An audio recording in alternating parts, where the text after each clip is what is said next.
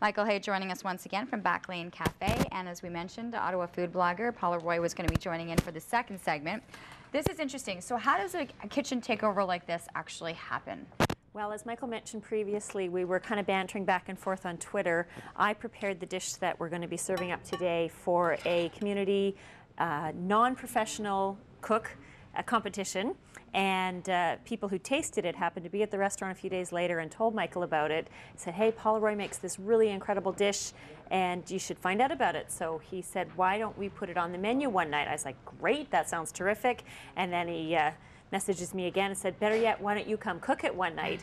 I did a very, very big happy dance when he suggested that. I've never worked professionally in a kitchen, but it's certainly fun to think about just testing it out and seeing how it is. Is there a different appreciation then as a blogger and as a writer to step into the environment where oftentimes you're writing about and expressing things on paper? Absolutely, and I joked with Michael the other day and with George Mansour, the owner of the Parkdale Café, that it's probably the only time in my life that someone else is going to get to boss me around. Yeah. So I'm kind of looking forward to just getting instructions, and if I'm peeling potatoes all day, that's okay. Then you're good with that. And now what do you expect from her over the course of that day?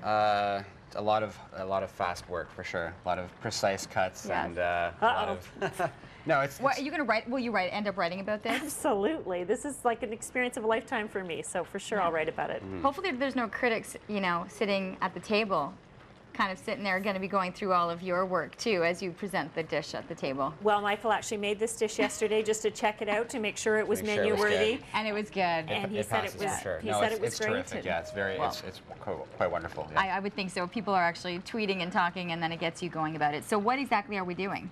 We're just rewarming the braise actually. So it's essentially a braised pig's cheek. The recipe's Paula's, so I'll just kind of let her explain what's in it. Sure. So this recipe came about, I was traveling in the UK last year and tasted pig's cheeks for the first time. New cut to me, very familiar in Is it exactly what you said? It really is the pig. But these ones, not the other ones. Cheeks. Because people ask. Yeah. And the other ones would be very good too. succulent part of the animal, and used a lot in Europe, but we're just not that familiar with it here. Also really tender, really flavorful, and really inexpensive. So I came home and said, wow, I want to try and play around with this cut of meat. And do you ask the butcher? I mean, if it's, I wouldn't go to the grocery store and think I could find it. So how are you getting that? One day you will, cut? but not yet. Really, not yet. So you went to a butcher. So I went to a butcher. I actually went to Saslov's in Wellington and just said, hey, can you get me some pig's cheeks? And he kind of looked at me funny and said, sure, no problem.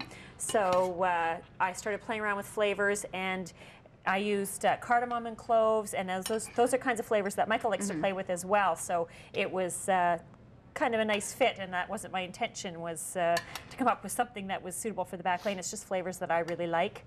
And my husband, as you can imagine, is taste testing a lot of dishes in my kitchen every week. I can imagine. And he said this one was a real winner, so I'm really proud to be able to showcase it. And it is a fundraiser for the Parkdale Food Centre, which is affiliated with the Ottawa Food Bank. So it's really great to be able to serve up something that I'm proud of and know that it's helping people in the community as well. So there was that fundraising component to it. That's right. And when you work with food all day long, it's hard not to be mindful of people that don't enjoy the luxury of having nice ingredients at their disposal and having time to play with food. And it's certainly something that's on my mind, so that's a charity I've long supported. I think it's wonderful to see. So all of this is happening once again when? Monday night at the Parkdale Café, and you can make a reservation and come in and enjoy this dish or other things from their wonderful menu. And the recipe is available on my blog at constantlycooking.wordpress.com. Okay, I'm a little freaked out right now. I didn't think I was going to be trying pig's cheeks on the morning show. It's delicious, I assure you. Okay. You're gonna love it. Pig's cheek, here I go.